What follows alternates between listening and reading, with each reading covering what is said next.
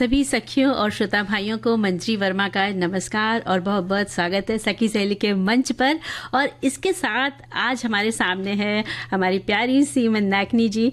तो आपको भी मेरा प्यार भरा नमस्कार और बहुत बहुत स्वागत। बिल्कुल स्वागत आपका भी और शुक्रिया मंजरी जी। और हमारे सभी सखियों और सखाओं का तहे दिल से स्वागत और मंदाकिनी जोशी का नमस्कार स्वीकार करें जी। और मंदाकिनी जी आज के विषय भी बड़े प्यारे प्यारे से हैं। हाँ। और देखिए आपको देख के लग रहा है कि मतलब कभी आपकी आंखों को देखते हैं और कभी आपके चेहरे को देखते हैं तो लगता है भाई मौसम ने कुछ शरारत आपके साथ कर दी है ना मंजरी जी। आज तो आप कहेंगी तो मैं बहुत छी छी छी छी कर सकती हूँ। नहीं वो हम आपको करने नहीं देंगे हमारे श्रोता भी मौसम के बदलाव को महसूस कर रहे हैं, देख रहे हैं। बिल्कुल, तो भाई बिल्कुल। आज के जो हमारे विषय है ना, हाँ। उसमें हम बात करेंगे ऋतु परिवर्तन और आरोग्य के बारे में। बिल्कुल करेंगे। और इसकी शुरुआत तो हम यहीं से करेंगे। इसके साथ साथ मतलब इसकी शुरुआत आप मुझसे तो नहीं करने वाली है इशारा तो हमारे श्रोता भी समझ गए होंगे आज मंजरी जी आ गई हैं तो बस आज मंदाकिनी जी के साथ खिंचाई होने वाली है। नहीं, मस्ती करेंगे खाली जैसे दोस्तों के साथ तफरी होती है, मस्ती होती है, वो चीज रहेगी। और देखिए आज सखी विशेष में हम लोग बात किसकी करेंगे बताइए। आप ज्यादा बेहतर बता पाएंगी मुझे लगता है जिस तरह से आपने मेरी शुरुआत कर दी है आज। तो चलिए आज हम रोहिणी भाटे के बारे में जो कि कथक नृत्यांगना है उनके बारे में सखी विशेष पर बातचीत करेंगे। और इसके साथ ही बात करेंगे महिलाओं का कुटुंब प्रबोधन में योगदान। भाई मंजरी जी एक बात तो बताइए, आज आप ये लेकर आई है महिलाओं का कुटुंब प्रबोधन, ये है क्या? थोड़ा सा तो सरल कीजिए इसे। भाई प्रबोधन में तो यही चीज आती है जो हमारे घर के परिवार के जो अहम मुद्दे होते हैं, चाहे किसी बच्चे को स्कूल भेजने की बात हो, फीस जमा करना हो या कोई भी निर्णय लेना हो, तो उसमें महिलाओं की भागीदारी बहुत महत्वपूर्ण स्थान रखती है। उनकी राय, उनका मशवरा, तो उनको भी परिवार के सदस्यों को साथ में लेकर चलना चाहिए। और महिलाओं की क्या और जिम्मेदारी है, निर्णय शक्ति है, उनकी जो कमांड है वो कैसी होनी चाहिए कुटुंब को लेकर। महिलाओं को भी घर का जो पुरुष है वही ना सोचे कि बच्चे कहाँ जाएंगे, क्या होगा क्या न होगा, सुबह से शाम तक दिनचर्या क्या रहेगी, बल्कि जो घर की प्रमुख स्त्री है उसे भी निर्णय लेना है कि बच्चे क्या करने वाले हैं, क्या नहीं करने वाले हैं, घर का डिसीजन। इसका मतलब हम ये नहीं कह रहे कि वन मैन आर्मी होना चाहिए। देखिए घर की गाड़ी जो है दो लोग से चलती है। तो अब हमारे इस विषय पर हमारे जो सखा भाई हैं और सखियां हैं लिखना शुरू कर दें, अनुभव लिख सकते हैं कि उन्होंने अपने घर में इस तरह के कुटुंब प्रबोधन में किस विषय पर किस तरह से निर्णय लिया था, फिर उसका क्या हुआ, कुछ कहानी जैसा कुछ वो लिख सकते हैं कि खासतौर से स्त्रियां लिख सकती हैं। बिल्कुल। या अगर हमारे सखा लिखना चाहे कि उनकी घर की स्त्री ने किस तरह से निर्णय लिए हैं कुटुंब को बनाने में, बच्चों को संवारने में, उनकी खुद की जिंदगी बनाने में, उनके घर की स्त्री का, गृहिणी का, पत्नी का, माँ का, बहन का क्या रोल रहा है ना। बस अब और बिरसा मुंडा पर भी बात करेंगे हम। हाँ, उस पर भी बात करेंगे। और इसके साथ साथ व्यंजन में हम सूप के स्वाद के बारे में बात करेंगे। यानी कार्यक्रम के अंत में आप मेरी तबीयत ठीक कर देंगी क्योंकि मुझे आप गर्मा गर्म सूप पिलाने वाली हैं, है ना। बिल्कुल। लेकिन अभी संदेश से शुरुआत करते हैं। आज तो भाई देखते हैं कौन सा संदेश हम पढ़ने जा रहे हैं। कौन से श्रोता भाई हमारी पढ़ने की स्टाइल को देखकर वो मुस्कुराते हैं। तो देखिए संदेश ले लेते हैं। ऋतु परिवर्तन और आरोग्य। अगर आपको लगता है कि मौसम बदलने पर आपकी तबीयत खराब हो जाती है तो आपको अपनी सेहत का ध्यान रखना चाहिए। उसी समय आपको ऐसी चीज खानी चाहिए जो आपको रोग पर मारती है, मतलब और रोग प्रतिरोधक क्षमता बढ़ाने में आपकी मदद करती है। और ज्यादा से ज्यादा हो सके सेहतमंद चीजें खाएं। अगर ठंड है तो आपको अगर लगता है कि ठंड से आपकी तबीयत खराब होती है तो आप गर्म कपड़ों को जल्दी से निकाल लें। हाँ, बिल्कुल सही कहा इन्होंने। एक श्रोता लिख रहे हैं कि ऋतु परिवर्तन का प्रभाव हमारे खान पान पर भी सबसे अधिक पड़ता है। अतः ऋतु परिवर्तन के अनुसार ही लोग अपने भोजन में खाद्य वस्तुओं का समायोजन करते हैं। उदाहरण के लिए ग्रीष्म ऋतु में हम शीतलता प्रदान करने वाले खाद्य पदार्थों का अधिक से अधिक सेवन करते हैं और शीत ऋतु में गर्मी प्रदान करने वाले खाद्य पदार्थों का अधिक से अधिक हम सेवन किया करते हैं। साथ ही वो लिखते हैं कि स्वास्थ्य के अनुकूल ही हमें हर चीज खानी चाहिए। खाद्य सामग्री की प्रचुरता वैसी ही रखें, वहीं जीवाणुओं का संक्रमण भी थोड़ा कम होता है। उदाहरण के लिए शरद ऋतु और बसंत ऋतु, तो इनके विपरीत ग्रीष्म और वर्षा ऋतुएं स्वास्थ्य के लिए कम अनुकूल मानी जाती हैं।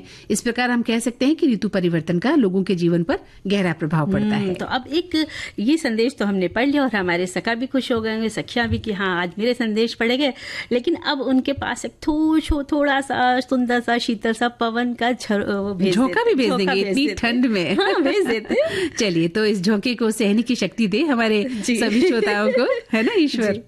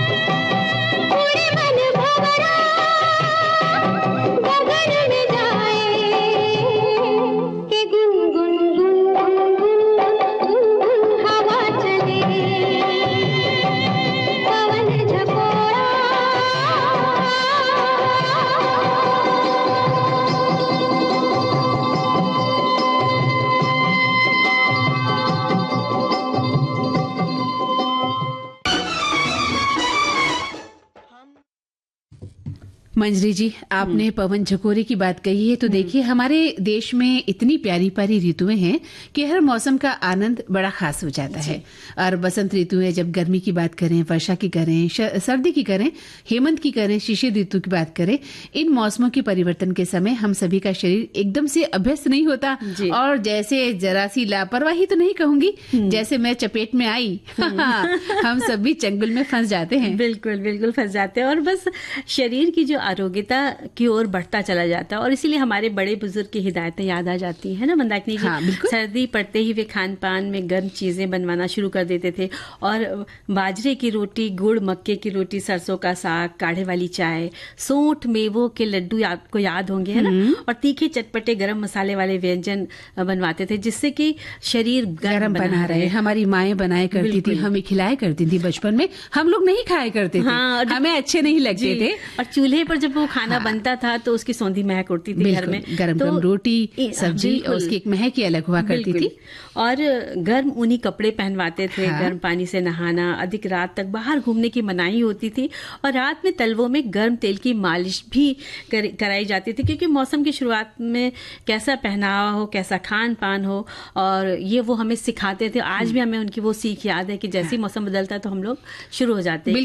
बिल्कुल हो जाते हैं, और तभी हम रोगों के आक्रमण से अपने आप को बचा पाते हैं जी। और आजकल तो कड़ाके की जैसे सर्दी जब शुरू होने लगती है, कोहरा भी पैर फैलाने लगने लगा है, तो दिन छोटे और रातें लंबी होने लगी हैं। तो इस मौसम में जो सब्जियां आती हैं उनको कई प्रकार से खाने से हम गर्म तासीर प्राप्त कर सकते हैं। जैसे सूप बना सकते हैं, पराठे बना सकते हैं, पौष्टिक खाएं, और हरी सब्जी हो गई, गर्मा गर्म हरी सब्जी बनाई जा सकती है, दाल है ना, रसेदार सब्जियां हैं, इनका सेवन हम कर सकते हैं। बिल्कुल, जैसे आपने कहा ना कि दिन छोटे होते हैं, रातें लंबी होने लग जाती है, तो कितना मजा आता है ना। आपका क्या मन करता है कि रातें लंबी होनी चाहिए कि दिन छोटे? नींद लो, रात भर सोते रहो। बिल्कुल, आपने मेरे मन की बात कह दी, और हमारे सखियों श्रोता भाइयों को भी मन की बात है कि रातें लंबी हो रही है, और आराम से सोएंगे, सच में। हाँ। तो जब मौसम में बदलाव होता है और जरा सी लापरवाही के कारण हमें सर्दी, खांसी, वायरल फीवर, अपच या डेंगू, मलेरिया जैसे संक्रामक रोग हमारे शरीर को पकड़ लेते हैं। और सर्दियों में धूप का सेवन जरूर करना चाहिए, क्योंकि हम रजाई में ही घुसे रहेंगे तो शरीर आलस में हो जाएगा।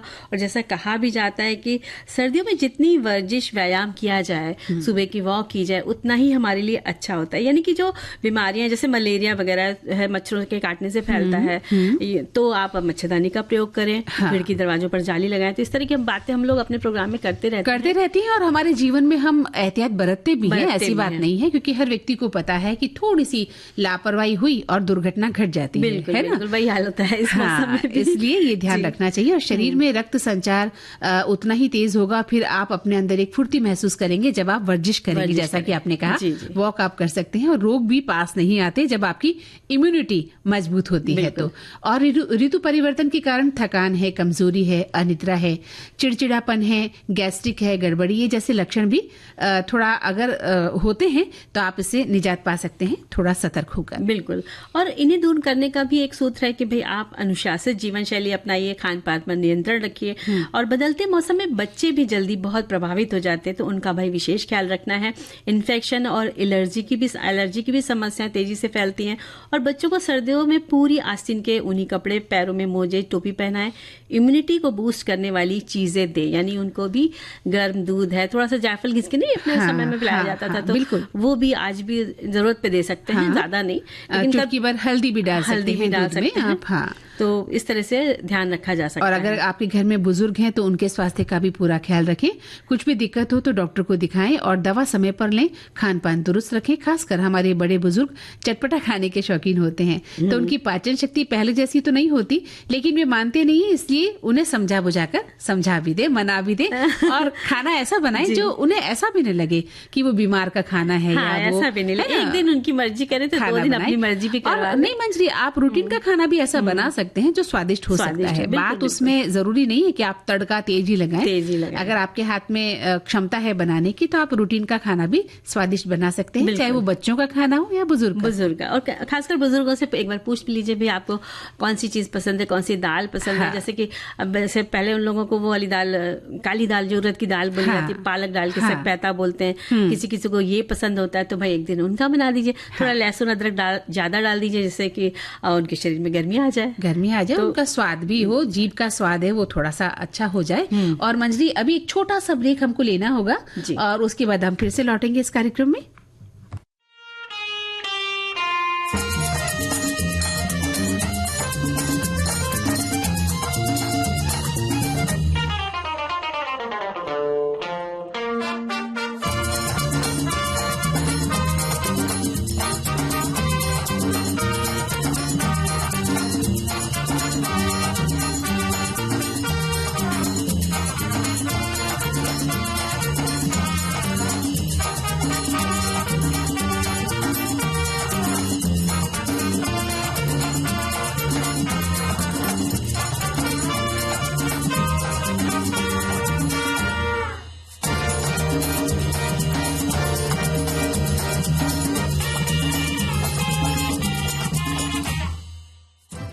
तो इस अंतराल के बाद हम एक बार सभी सखियों और सखाओं का स्वागत करते हैं। बिल्कुल, और स्वागत के साथ साथ संदेश पर मेरी नजर चली गई। हाँ, देख रही हूँ मैं आपकी नजर। तो बस बहुत तेज है ना मैम। तो चलिए एक संदेश पढ़ लेते हैं। पहनावा, ऋतु परिवर्तन का प्रभाव हमारे पहनावे पर सबसे अधिक पड़ता है, इसीलिए ऋतु के अनुसार परिधानों का प्रयोग किया जाता है। उदाहरण के लिए ग्रीष्म ऋतु में हम सफेद और सूती वस्त्रों का अधिक उपयोग करते हैं, जबकि सर्दियों में ऊनी तथा भारी भरकम रंगीन कपड़ों का अधिकाधिक प्रयोग करते हैं।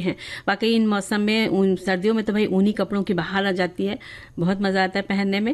और आगे लिखते हैं कि खान पान, ऋतु परिवर्तन का प्रभाव हमारे खान पान पर भी सबसे अधिक पड़ता है, अतः ऋतु परिवर्तन के अनुसार ही लोग अपने भोजन में खाद्य वस्तुओं का समायोजन करते हैं। उदाहरण के लिए ग्रीष्म ऋतु में हम शीतलता प्रदान करने वाले खाद्य पदार्थों का अधिक से अधिक सेवन करते हैं और शीत ऋतु में गर्मी प्रदान करने वाले खाद्य पदार्थों का अधिक से अधिक सेवन करते हैं। वाकई बहुत सही बात लिखी है, बहुत अच्छी बात लिखी है।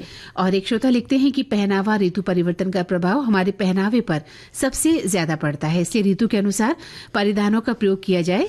उदाहरण के लिए ग्रीष्म ऋतु में हम सफेद और सूती वस्त्रों का अधिक उपयोग करते हैं, जबकि सर्दियों में ऊनी और भारी भरकम रंगीन कपड़ों का प्रयोग करते हैं। और ऐसा ही विचार आपने भी पढ़ा था, है ना? तो लगभग सभी श्रोता इस बात को तो जानते ही हैं। एक श्रोता लिखते हैं कि मौसम का बदलाव शरीर के लिए लक्षणों की एक श्रृंखला लेकर आता है, जिसमें थकान, कमजोरी, चिंता, अनिद्रा, चिड़चिड़ापन, उनीदापन, गैस्ट्रिक गड़बड़ी और सामान्य अस्वस्थता शामिल है। ये सभी लक्षण काम न करने वाली शारीरिक और मानसिक स्थिति के लिए खतरे की घंटी है। बिल्कुल। और एक लिखते हैं कि ऋतुओं के बदलने से शरीर पर कई तरह के असर पड़ सकते हैं। मौसम में बदलाव के कारण शरीर में कई तरह के लक्षण दिख सकते हैं, जैसे कि थकान, कमजोरी, चिंता, अनिद्रा, जैसा आपने अभी बताया था, चिड़चिड़ापन है, उनीदापन है, गैस्ट्रिक गड़बड़ी। सामान्य अवस्था मौसम के बदलाव में जुड़े कुछ स्वास्थ्य जोखिम ये है, जैसे श्वसन संक्रमण, ये बात सही है। सांस को बहुत दिक्कत होती है जब ठंड में निकलते हैं हम, तो पराग जैसी एलर्जी या हीट स्ट्रेस प्रतिरक्षा प्रणाली प्रभावित होना।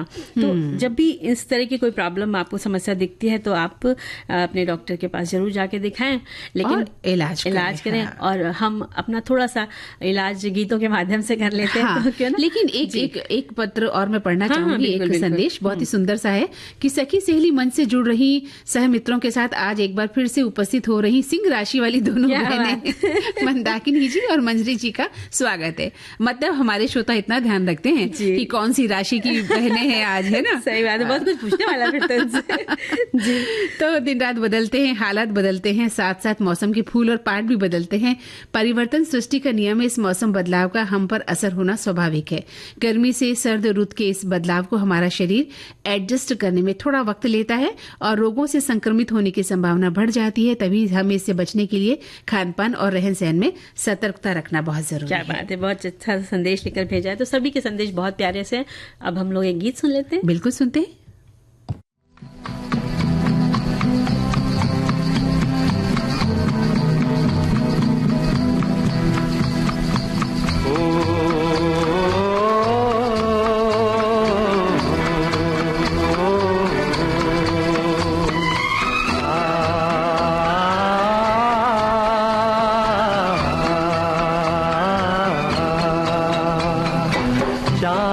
क्या मालूम चाहता है उसे कोई चकोर हो, चांद को क्या मालूम चाहता है उसे कोई चकोर। वो बेचारा दूर से देखे, वो बेचारा दूर से देखे, करे न कोई शोर हो, चांद को क्या मालूम चाहता है उसे कोई चकोर।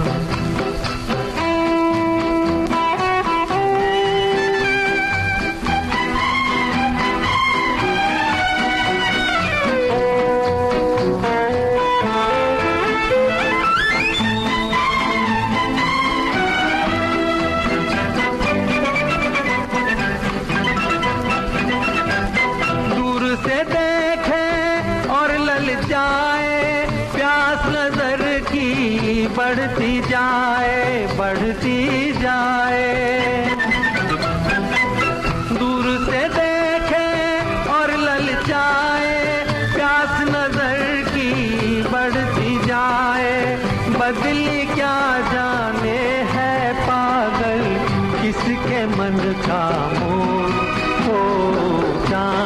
क्या मालूम, चाहता है उसे कोई चकोर।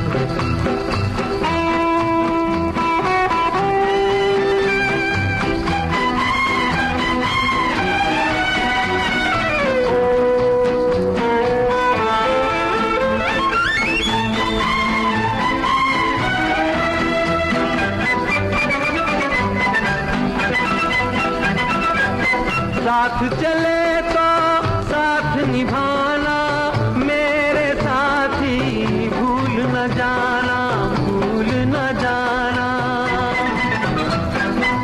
साथ चले तो साथ निभाना, मेरे साथी भूल न जाना। मैंने तुम्हारे हाथ में दे दी अपनी जीवन ज्योति, हो चांद को क्या मालूम, चाहता है उसे कोई चकोर। हो चांद को क्या मालूम, चाहता है उसे कोई चकोर। वो बेचारा दूर से देखे, वो बेचारा दूर से देखे, करे न कोई शोर। हो चांद को क्या मालूम, चाहता है उसे कोई चकोर। विविध भारती पर हर रोज दिन में 1 बजे विविध भारती की गीत माला आपके साथ। जन्म जन्म का साथ है तुम्हारा, इस कार्यक्रम में हर पायदान पर होगी आपकी भागीदारी। हम और तुम, तो हम और आप पिरोएंगे गीतों की इस माला के मोती साथ साथ। हम साथ साथ हैं। जुड़े रहिए हमारे साथ विविध भारती के फेसबुक पेज पर। विविध भारती की गीत माला हर रोज दिन में 1 बजे। विविध भारती, आपका जीवन संगीत। मंजरी, बहुत दिनों से हम एक महत्वपूर्ण बातचीत लगातार कर रहे हैं, बताओ किस विषय पर? महान स्वतंत्रता सेनानी धरती आबा भगवान बिरसा मुंडा जी के बारे में। बिल्कुल सही कहा आपने। तो आज भी हम उन्हीं पर चर्चा करने वाले हैं। और वैसे तो हमारे श्रोता बहुत अच्छा लिखते हैं इनके बारे में, जब उन्होंने अपने विचार प्रकट किए हैं। लेकिन आज हम थोड़ा सा और इस पर चर्चा कर लेते हैं कि बिरसा मुंडा जो है वो आदिवासी समाज में भगवान की तरह पूजे जाते हैं, हम सभी जानते हैं। 15 नवम्बर को जन्मे बिरसा मुंडा में पढ़ाई के दौरान ही क्रांतिकारी तेवर देखने को मिलने लगे थे।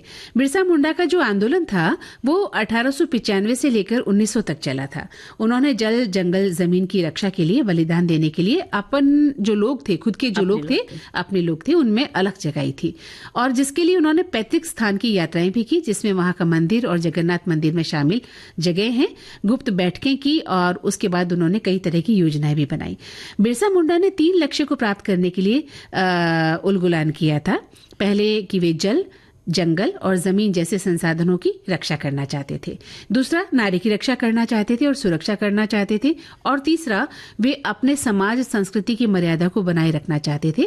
उनके जीवन के संघर्षों, उनके प्रयासों, उनके कार्यों को अगर हम ध्यान से देखें मंजरी, तो हमें सीख मिलती है कि अन्याय के विरुद्ध हमेशा आवाज उठानी चाहिए और समाज में जो बुराइयां, कुरीतियां फैल रही हैं, उन्हें समाप्त करने के लिए एकजुट होकर हमें संकल्प ले जाना चाहिए। तो उनके साहस और उनके समर्पण और उनके बलिदान से देश के हर युवा और बच्चे को प्रेरणा मिली, प्रेरणा लेनी भी चाहिए और उन्हें ध्यान रखना चाहिए कि यदि कोई उन्हें देश के प्रति, परिवार के प्रति गुमराह कर रहा है तो इसका खुलकर विरोध करना चाहिए। और बुरे कामों का परिणाम बुरा ही होता है, इसलिए खुद गलत फैसला लेने से बचें और अपने देश, समाज, परिवार, अपने लोगों की रक्षा करें। समाज में जो जहर फैला रहे हैं उन्हें भी हर तरह से रोकना हमारा पहला कर्तव्य है। सही बात है। और इतनी अच्छी प्रेरणादायक बातों से हमें सीख लेनी ही चाहिए। हाँ। और इसके साथ साथ हम बात करने वाले हैं आज गोंड कला के बारे में। हाँ। जो मध्य प्रदेश के प्रधान गोंड समुदाय के कलाकारों द्वारा बनाई जाने वाली लोक कला है। गोंड कला गोंड कथाओं, गीतों और कहानियों को चित्रित करती है। गोंड कला की खासियत है कि गोंड कलाकारों की कलाकृतियां लोक कथाओं और आदिवासी परंपराओं पर आधारित होती हैं। और गोंड कलाकारों की कलाकृतियां कलाकृतियां प्रकृति और ग्रामीण जीवन को दर्शाती हैं और इसको बनाने के लिए वे पेड़ पौधों के रस, लकड़ी के कोयले जिसे चारकोल कहते हैं, और गाय के गोबर जैसे प्राकृतिक संसाधनों का इस्तेमाल करते हैं, यानी आसपास जो प्रकृति की चीजें उनसे बनाते हैं। गोंड कलाकारों की कलाकृतियां दोहराव वाली लाइनें, छोटे बिंदु, छोटे गोले, जंजीर जैसी आकृतियां और क्रॉस या किसी दूसरी तरह के आकारों से बनी होती है। बड़ी खूबसूरत होती है देखने में। और ये भगवान, देवी, प्रकृति, पेड़, चंद्रमा, सूर्य वगैरह जो भी आसपास चीजें दिखती हैं उन सबको अपने उसमें कला में शामिल करते हैं और जीवन में जो भी वस्तु के संपर्क में आते हैं उनकी सुंदरता को वो अपने कला में उकेर देते हैं। हाँ, सबसे बड़ी बात। बिल्कुल। और गोंड जनजाति भारत की सबसे बड़ी और सबसे पुरानी जनजातियों में से एक है। एक समृद्ध इतिहास और एक अनूठी संस्कृति के साथ ये जनजाति सदियों से विकसित अपनी विशिष्ट कलात्मक और विनिर्माण तकनीकों के लिए प्रसिद्ध है। और भारतीय गोंड कला जो अपने जटिल पैटर्न और जीवंत रंगों के लिए जानी जाती है, एक पारंपरिक आदिवासी कला का रूप है और इसका अभ्यास कुशल भारतीय चित्रकारों द्वारा किया जाता है जो आश्चर्यजनक दृश्य कथाएं बनाने के लिए प्राकृतिक रंग, द्रव्य और महीन रेखाओं का उपयोग करते हैं। और स्थानीय वनस्पतियों और जीवों से प्रेरित ये भारतीय आदिवासी चित्र अक्सर प्रकृति के दृश्यों को दर्शाते हैं जो जटिल प्रतीकात्मक डिजाइनों और अलंकरणों से अलंकृत होते हैं और जो उनकी सांस्कृतिक परंपराओं को दर्शाते हैं। और गोंड कला में केंद्रीय विचार है कि जीवन का वृक्ष इनका केंद्रीय विचार है और ये गोंड कला में बार बार दिखाई देता है और सभी जीवित चीजों के बीच परस्पर निर्भरता को भी ये दर्शाता है। आपकी जो बातचीत का मैंने सार निकाला वो ये कि जो गोंड कला है उसमें प्रकृति मद्देनजर रखकर प्रकृति को चित्र बनाए जाते हैं, कला उकेरी जाती है और वो प्रकृति के बहुत करीब होते हैं और प्रकृति से ही लेते हैं और प्रकृति में ही समाहित भी हो जाती है बातें, है ना। और जब उनके चित्र देखते हैं तो बहुत ही सुंदर सा लगता है देख करके और मन करता है कि हम भी कुछ उस तरह से करने लग जाए। और जिनके अंदर कला छुपी होती है वो उन कलाओं से प्रेरित हो जाते हैं और अपने घर में बहुत सारी चीजें आजकल देखी होगी, उन कलाओं को हम लोग वापस अपने घरों में लाके बनाते हैं, सजाते हैं। तो मान सम्मान हमारी सांस्कृतिक विरासत है और जिसका संरक्षण करना भी हमारा प्रथम कर्तव्य है। और अगर हम अपनी कला का संरक्षण करते हैं तो ये कला जीवित रहती है जैसे आज तक जीवित रहती आई है और ताउम्र बरसों बरसों हम इसे जिंदगी प्रदान कर सकते हैं। और समय हो गया है एक ब्रेक का, लेकिन उससे पहले एक संदेश। जी, विविध भारती पर धूम मचा रहा है हेलो फरमाइश। मुद्दत से दूर थे तुम हम, एक जमाने के बाद मिलना अच्छा लगा। जब से ये प्रोग्राम बंद हुए थे ना तब लोग चर्चाएं करते थे कि विविध भारती से कब प्रोग्राम चालू होंगे। हम लोगों को अब सफलता मिली है तो हमें बहुत खुशी है सर। श्रोताओं की पहली पसंद, पहला प्यार होता है ना, फोन इन प्रोग्राम होता है कि अपनी आवाज करोड़ों लोगों तक पहुंचे और एक ऐसा रेडियो स्टेशन विविध भारती है कि आवाज श्रोताओं के कानों में गूंजती है। आपको बता दें, हेलो फरमाइश कार्यक्रम के लिए आप भी कर सकते हैं फोन कॉल। रिकॉर्डिंग बुधवार को दिन में 11 बजे से लेकर 1 बजे के बीच। हेलो फरमाइश कार्यक्रम का प्रसारण मंगलवार और गुरुवार को शाम 4 बजे, पुनः प्रसारण बुधवार और शुक्रवार को दिन में 10 बजे विविध भारती पर। हेलो फरमाइश। और अब एक छोटा सा अंतराल।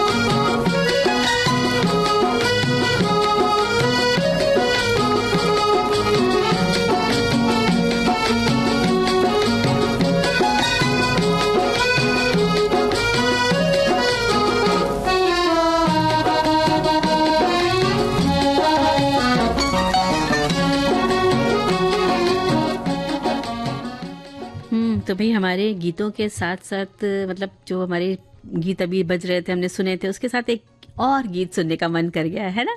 सुन लेते हैं।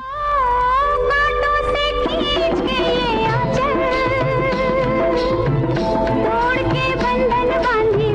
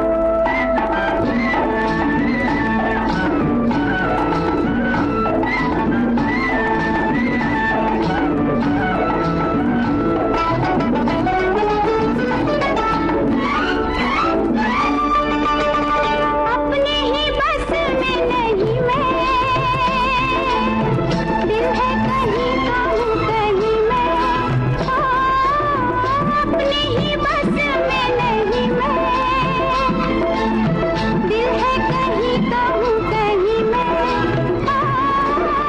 जाने क्या पापी मेरी जिंदगी, हंसकर कहा हा हा हा,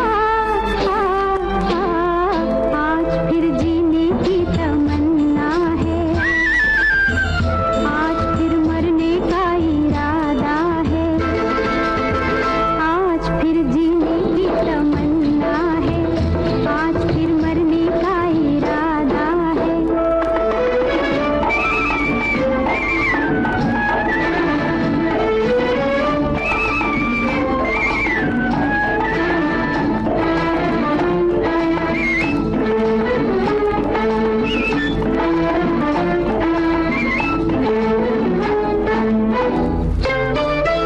मैं हूँ वो बारिया तूफान, कोई बताए मैं कहाँ हूँ, मैं हूँ वो बारिया तूफान, कोई बताए मैं कहाँ हूँ, डर है सफर में कहीं खो न जाऊँ, रास्ता नया आज फिर जीने की तमन्ना है, आज फिर मरने का इरादा है, आज फिर जीने की तमन्ना है, आज फिर मरने का इरादा है।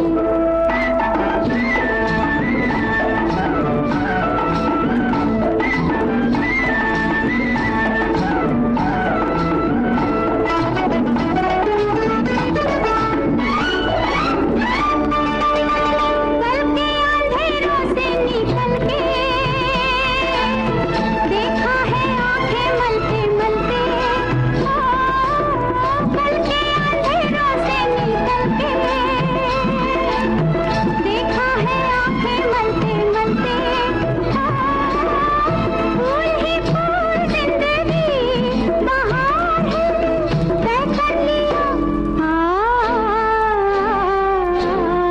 आज फिर जीने की तमन्ना है, आज फिर मरने का इरादा है, आज फिर जीने की तमन्ना है, आज फिर मरने का इरादा है।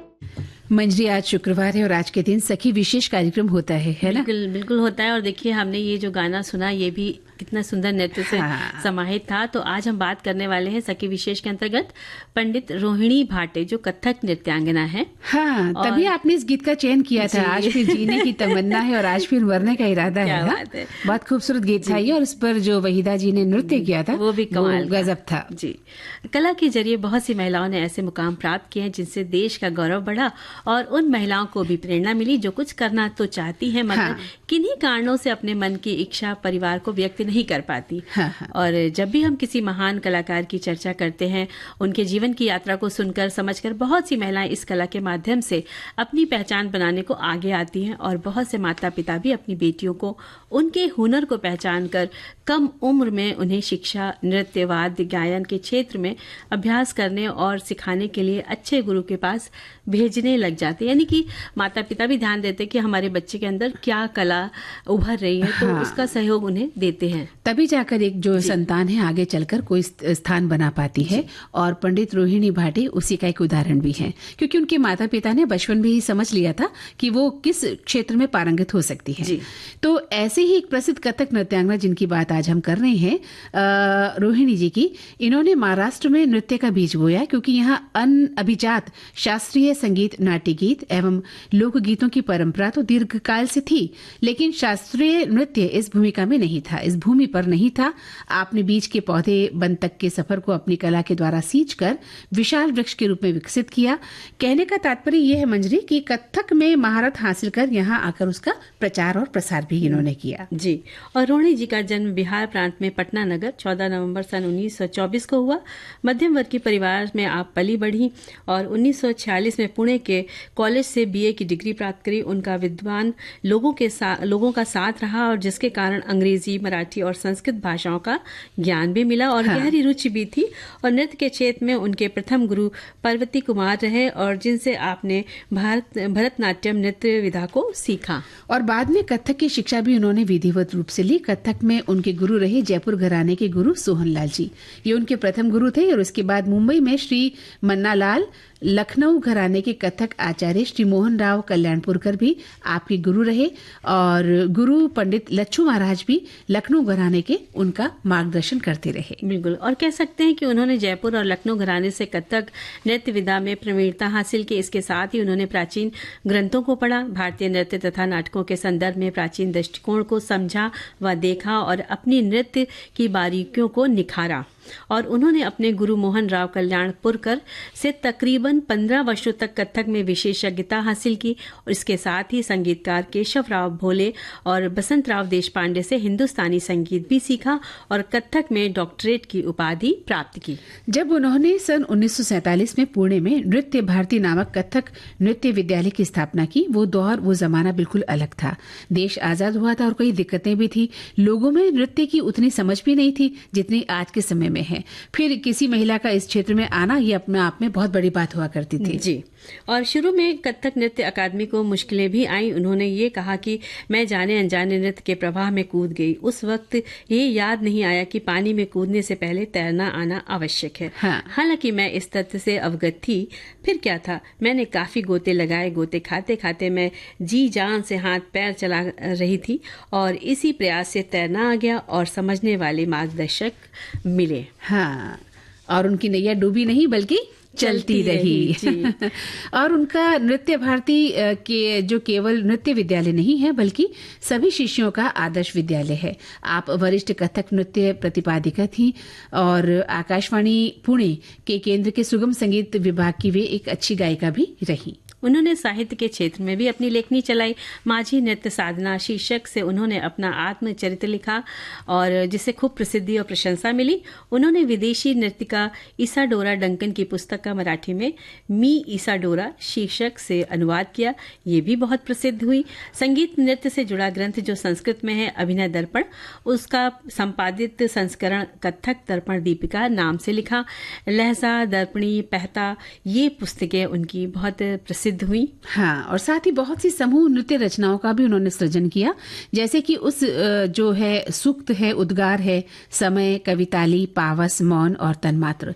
इसमें तन्मात्र विश्वजयी रचना और लंबे अरसे के बाद भी कालजयी रही और इसका मंचन भी हुआ। और कई पुरस्कारों में उन्हें 1977 में बहुत सारे पुरस्कार प्राप्त हुए। 1977 में महाराष्ट्र शासन पुरस्कार और संगीत नाटक अकादमी पुरस्कार जो उन्हें मिला। 1979 में महाराष्ट्र गौरव पुरस्कार, 1990 में और 2001 में कालिदास सम्मान, 2006 में संगीत नाटक अकादमी फेलोशिप, 2007 में संगीत नाटक अकादमी रत्न पुरस्कार भी उन्हें प्राप्त हुआ। और पुणे के डेक्कन कॉलेज ने उन्हें डॉक्टरेट की उपाधि दी।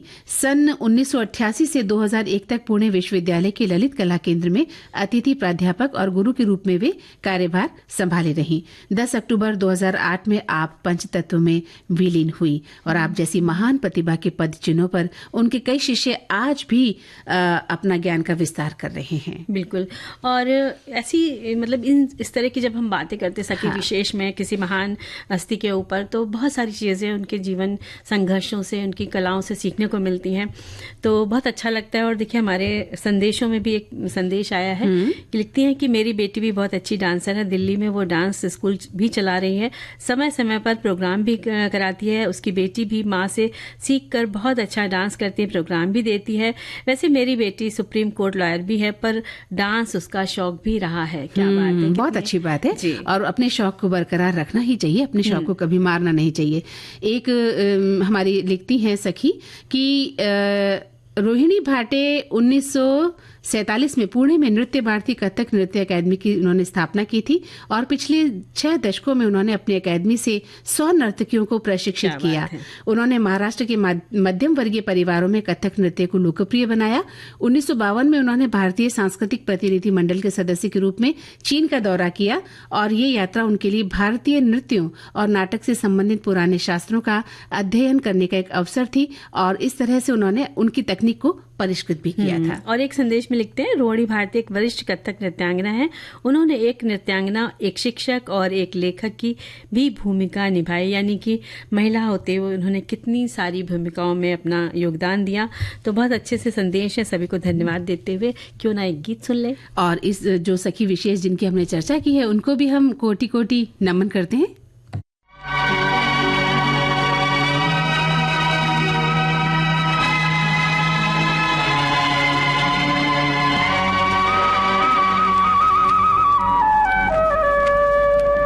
जादूगर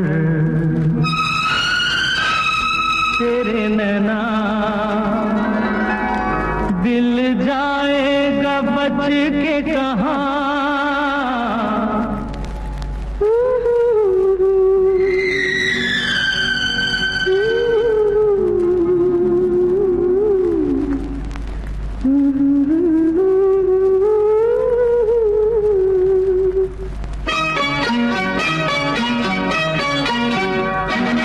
जादूगर तेरे नैना दिल जाएगा बच के कहाँ। रुक जाऊं झुक जाऊं तेरा मुखड़ा मैं देखूं जहाँ।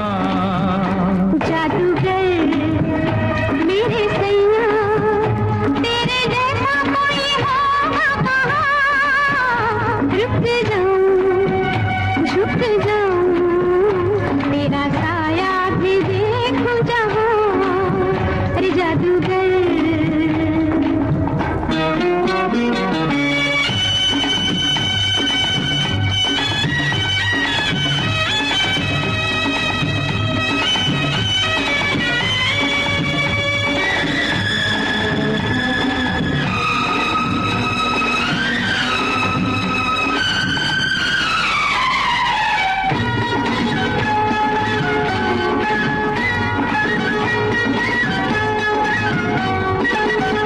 तेरे रूप का दीवाना मेरा दिल है।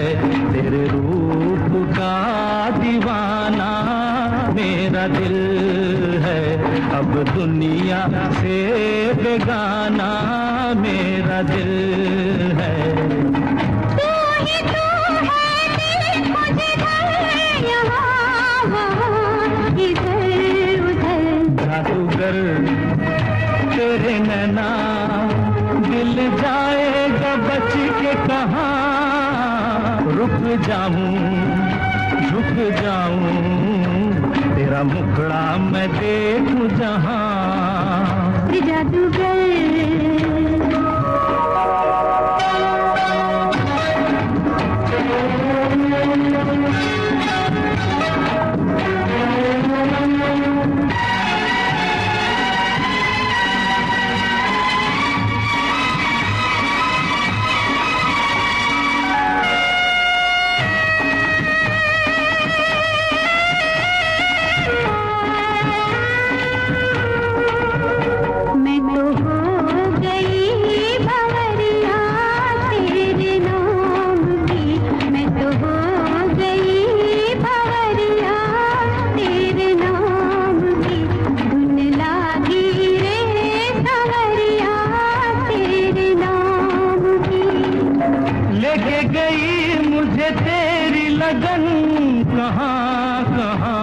किधर किधर। जादूगर मेरे सैया तेरे जैसा कोई होगा कहाँ। रुक जाऊं झुक जाऊं तेरा साया भी देखूं जहाँ। मन की बात है जन जन की, सभी की कुछ अपनी सी, संघर्षों के कुछ किस्से, कहानी कुछ सफलताओं की, अनकही विरासत की, उम्मीदें नए भारत की। महीने के आखिरी रविवार का रहता है इंतजार। मलयाचल के आंचल से विंध्याचल के आंगन तक, ब्रह्मपुत्र के घाट से हिमालय के विस्तार तक होती है मन की बात प्रधानमंत्री के साथ। तो सुनिए इस महीने 24 नवंबर सुबह 11 बजे मन की बात आकाशवाणी और दूरदर्शन के सभी चैनलों पर। आप भी माननीय प्रधानमंत्री के मन की बात का हिस्सा बन सकते हैं। इसके लिए आप अपने सुझाव 22 नवंबर तक टोल फ्री नंबर 1800-117-800 पर रिकॉर्ड कर सकते हैं या फिर 1922 पर भी कॉल कर सकते हैं। नमो ऐप या माई गॉव के ओपन फोरम में पोस्ट कर सकते हैं या post box number 111 Akashvani Delhi पर भेज सकते हैं। तो याद रखिए, रविवार 24 नवंबर सुबह 11 बजे मन की बात। मंजरी, आप एक महिला हैं और अपने परिवार को बनाने और बिगाड़ने में आपकी कितनी बड़ी भूमिका होती है, कैसे होती है, जरा बताओ। बहुत होती है, जहाँ तक हो सकता है अपना पूरा सहयोग देते हैं, क्योंकि कभी हमारी राय कभी सामने वाले की राय, दोनों को महत्व देना पड़ता है। और गाड़ी दोनों परिवार की दोनों लोग मिलके चलाते हैं, तो कभी मेरी बात की मतलब वैल्यू होती है, कभी सामने वाले की। तो इस तरह हम महिलाएं अपने घर में अपने परिवार को, कुटुंब को संभालने में अपना योगदान देते हैं। बिल्कुल बिल्कुल, तभी कहा जाता है कि महिलाओं का जो है कुटुंब प्रबोधन में महत्वपूर्ण योगदान रहता है ना। और हमारे श्रोताओं ने अपनी टिप्पणी लिखना शुरू कर दिया है। आप कहें तो पढ़ना शुरू कर दें। नहीं, कहने की जरूरत क्या है, आप तो वैसे ही पढ़ लीजिए। आपने अभी कहा ना, अभी इस कार्यक्रम में हम 2 पहिए हैं गाड़ी के। एक पहिया ने अगर ना कह दिया तो दूसरा पहिया कैसे हाँ कर पाएगा? नहीं, ऐसा कुछ नहीं। तो इसलिए आपकी सहमति लेना जरूरी था। हमारे एक श्रोता लिखते हैं कि कुटुंब प्रबोधन परिवार कुटुंब के साथ मिल बैठकर कुछ समय बिताना होता है। डिजिटल जमाने में ये सब एकदम से खत्म होने जा रहे हैं, इसलिए कुटुंब प्रबोधन पर ज्यादा ध्यान दिया जा रहा है। कम से कम एक दिन अपने परिवार के साथ बैठकर खाना खाएं, बातचीत करें, कुछ अपनी कहें, कुछ उनकी सुने, बुजुर्ग बड़े परिवार के लोगों का अनुभव सुने, अपने संस्कार, रीति रिवाज, घर परिवार समाज की बातें करें। घर परिवार समाज पर्यावरण भारत पदाधिकारियों का कहना है कि जिस संस्कृति और संस्कार को पूरी दुनिया अंगीकार कर रही है, जीवन में सृजन है, जीवन है, उसे हम कैसे छोड़ दें।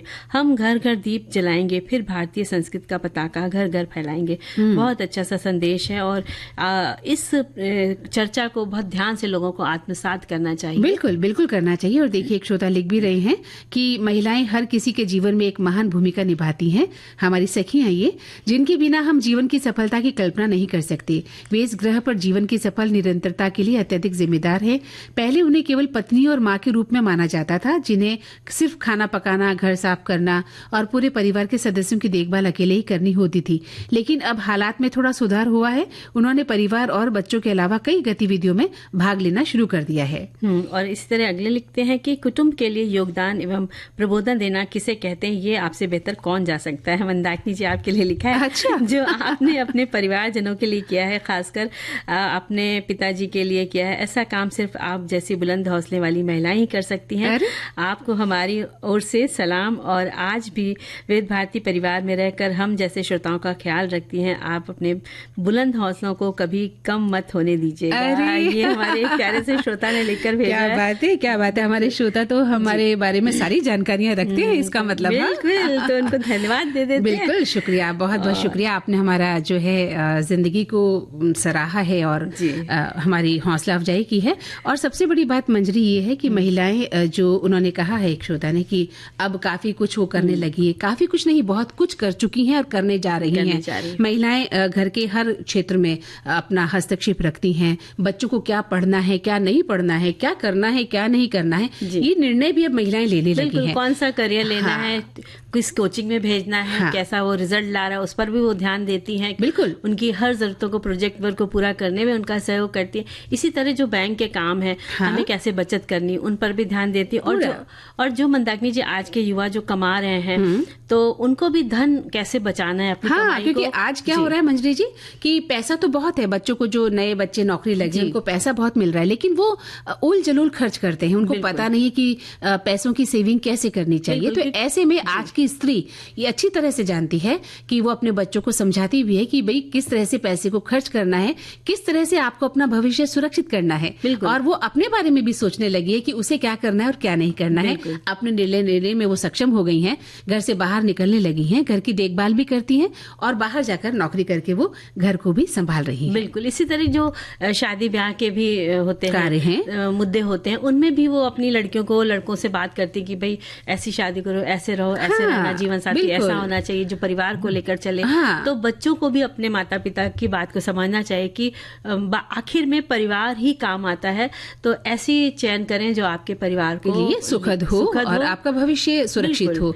सबसे बड़ी बात, इसको हम एक थोड़ा सा विस्तार से बता देते हैं। मान लीजिए आप में से किसी का बच्चा प्रेम विवाह करना चाहता है और उसने अपनी बात अपने माता पिता के सामने रखी, तो अभी तक तो ये होता था कि पिता ने अगर मना कर दिया है तो कुछ नहीं हो सकता था, लेकिन अब माँ ने भी हस्तक्षेप करना शुरू कर दिया है। वो भी बताती हैं, बच्चों को समझाती हैं कि ये विवाह केवल भावुकता है या ये विवाह आपका भविष्य सुरक्षित करेगा। इस तरह से वो कुटुंब प्रबोधन में अपना एक महत्वपूर्ण स्थान बना चुकी है और उसकी बात को माना जाता है और वो सही साबित भी होने लगी है, क्योंकि वो अपने अनुभव शेयर करती हैं, बच्चों के भविष्य का मार्गदर्शन भी करती हैं। और जहाँ पे देखा जाए उनकी बातों को महत्व नहीं दिया जाता है, तो वहाँ पर थोड़ा सा आपको कष्ट भी झेलना पड़ता है। बाद में आपको एहसास होता है कि अगर उसकी बात मान ली होती तो अच्छा होता है ना। तो एक गीत सुन ले। हाँ, अब आपकी बात मान लेती हूँ मैं जी। एक गीत सुन लिया जाए।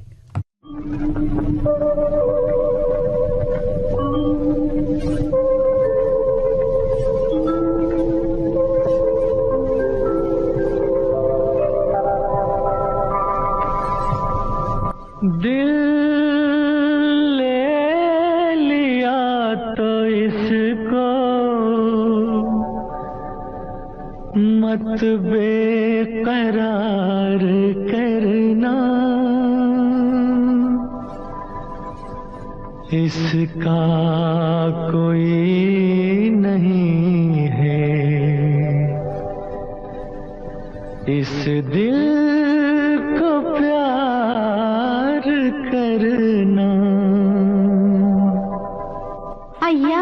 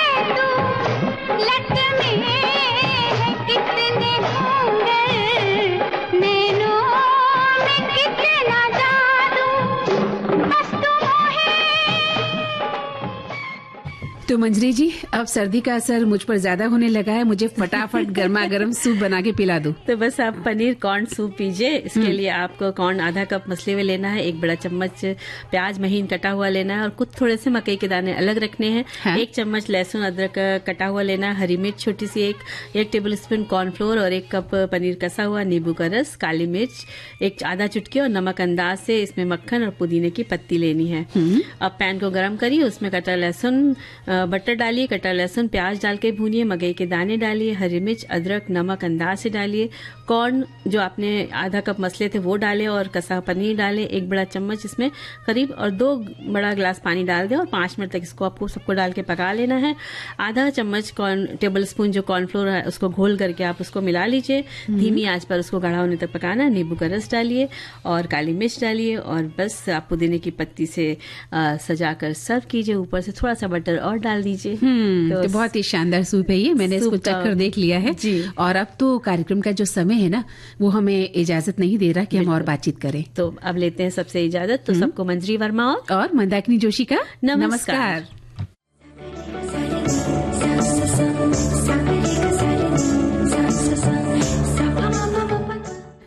इस कार्यक्रम की प्रस्तुत करता है अनुश्री पाठक। सखी सहेली